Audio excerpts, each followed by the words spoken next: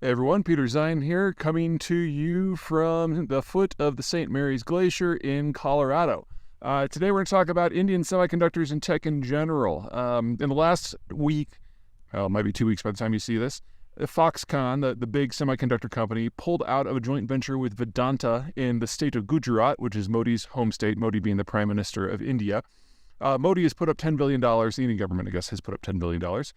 In order to attract investors into the tech space. And the pullout of Foxconn is kind of par for the course, and for good reason. There wasn't a corruption issue here. There wasn't even an infrastructure issue. It's a talent issue. India is probably the country in the world that suffers the greatest volume of brain drain. No one ever doubts that Indians are actually good at IT and technological work in general.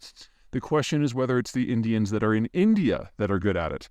Opportunities to move abroad into states that have higher incomes, more stability, less religious persecution, blah, blah, blah, blah, blah, all that stuff, has really pulled the talent out of India, not just for the last several months or years, but decades. And Indians who are in that sector tend to move to Southeast Asia, where they can be in upper management as opposed to staying in India, where they're working for less money in order to have a more middling position. And when you're doing tech infrastructure and tech industrial plant, that talent is everything. And Vedanta, the partner, is a typical Indian conglomerate and is broadly useless in training up these people because of the same problem. As soon as there's an opportunity, as soon as you get them the skill set, they move. It's something I can relate to personally. I am from Iowa, which arguably has the best educational system in the country. And yet people like me tend to leave in droves as soon as opportunities arise for them elsewhere. So that's kind of general problem one. The second problem is just as insurmountable. The amount of capital that is required to make a semiconductor fab facility is absolutely massive, even if it is only the 28 to 40 nanometers that this facility was supposed to build. Now, 28 to 40, that's like a very low-end tablet or a mid-range internal combustion vehicle or a really, really, really, really fancy something for the Internet of Things. So what I kind of consider bread and butter chips, but nothing too crazy. That said, these facilities still run in the billions of dollars, oftentimes topping $10 billion if you want to do them at scale. That's a lot of cash for a system like India. Now, India is a very large economy because it has a lot of people and it's a big place. But even the largest of the Indian conglomerates tend to get dwarfed in this space by the middle players in the tech space internationally, just because the level of capital is so difficult.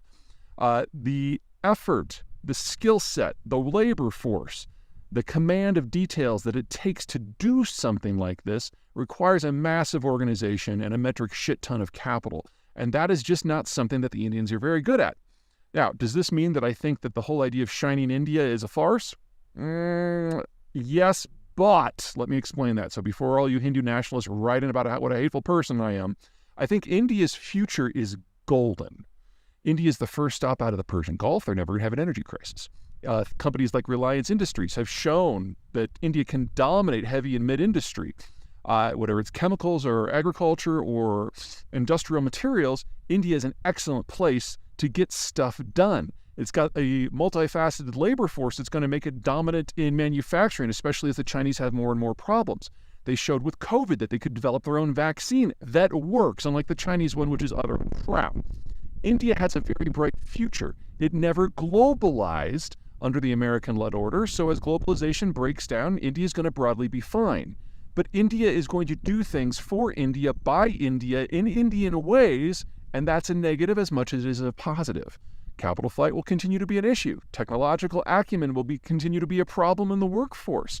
So India is perfectly capable of ruling its neighborhood and doing very well for itself, and yet not being a technological power. These are two very different things. So, bet on India? Yes. Bet on Indian semiconductors? Probably not. All right, that's it. See you guys later.